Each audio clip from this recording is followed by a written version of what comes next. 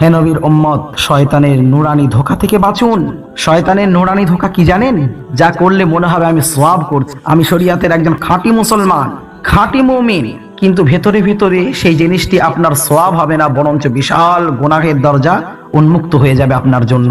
এবং সেই জিনিসকে নিয়ে আপনি কোনোদিন তওবাও করবেন না, কারণ আপনি এতদিন মনে করেছেন কি সেই জিনিসটি আমার জন্য সওয়াবের কারণ হচ্ছে, এই জন্য তওবাও নসিব হবে না। সেই নুরানি ধোঁকার একটি হলো ঈদ মিলাদুন নবী। তারা নবীর প্রতি মহব্বত একদিনের জন্য দেখায় 12ই রবিউল আউয়ালকে কেন্দ্র করে, অথচ ঈমান ও আকীদার অংশ হলো এই সারাটি জীবন আল্লাহ এবং আল্লাহর রাসূলকে আপনার প্রিয়জন, পিতা মাতা, সন্তানাদি, স্ত্রী পরিজন এছাড়া নিজের জীবনের থেকেও ভালোবাসতে হবে।